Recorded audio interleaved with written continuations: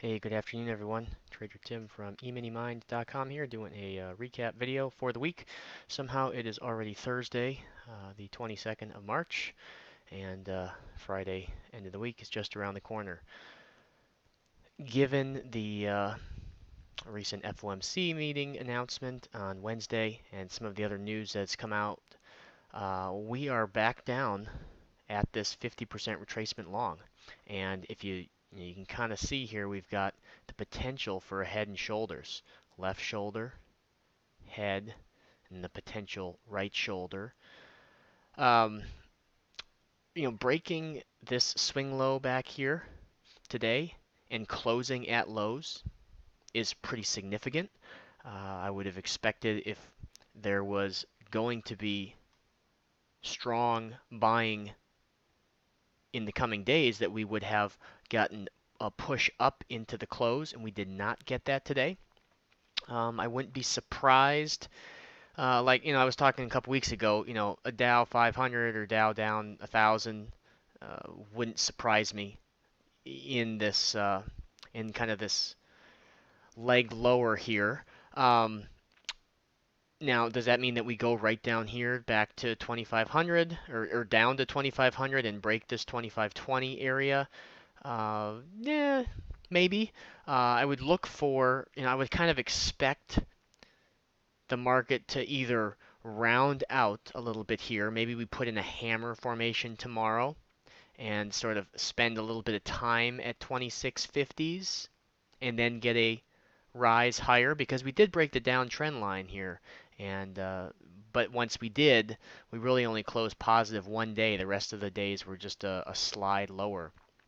But if we do come down here and trade 2550s and break the swing low, I would definitely expect, maybe on the move down, a big body candle to the downside. And then when we break the swing low, I'd watch for that V reversal, an intraday, major 1,000 point down day, and then a strong rally into the close. Today, the last couple days have been a little bbit tricky in the markets in terms of trading. Today, it looked like we were going to come up and fill the gap. If I go to the 30-minute, I'll go to a 5-minute chart.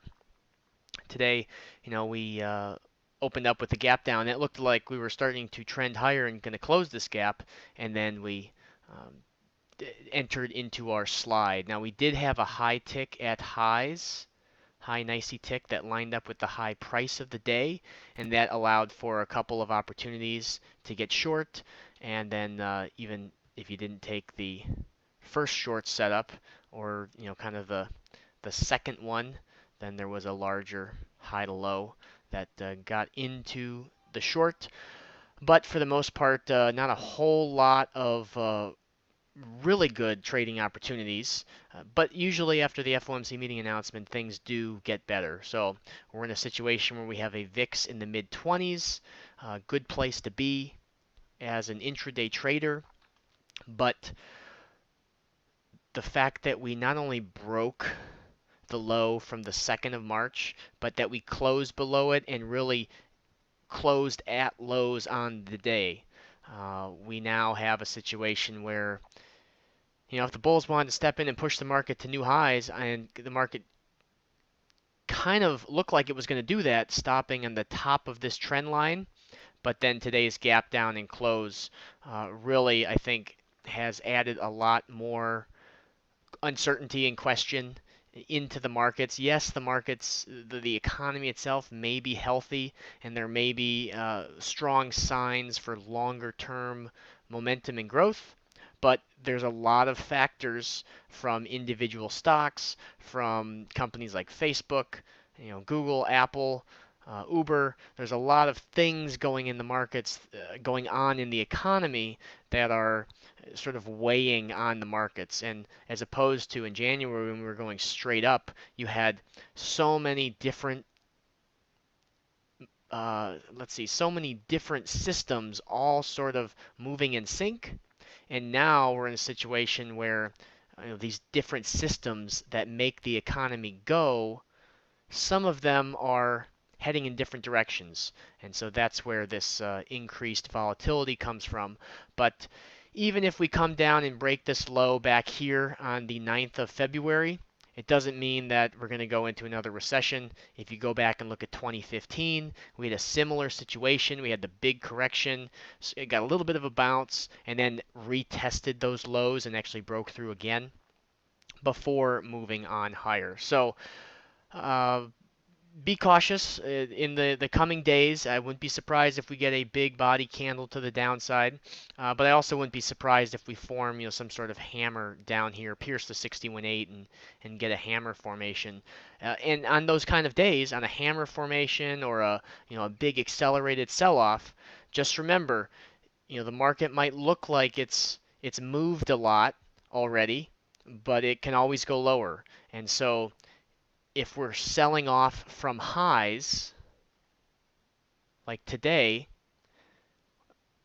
we sold off from highs, well, just because we've had, 30 minutes or an hour of selling, I look to the low of the day as another potential opportunity. If I wasn't able to get in at all on the leg down, look for that break in the daily low or the prior day's low as another opportunity for another thrust lower. And so you can kind of bracket the first hour and then come back to it and say, okay, well, yes, we moved up in the initial morning first hour, then we got this little sell-off. Well, when we break the first hour's low, I would expect another push lower, and that's exactly what we've been getting as of late. So tomorrow, Friday, should be some activity. I wouldn't be surprised to see more selling, but as we head into next week, just keep in mind that volatility is up, so it doesn't take very many trades when we get into this higher volatility environment.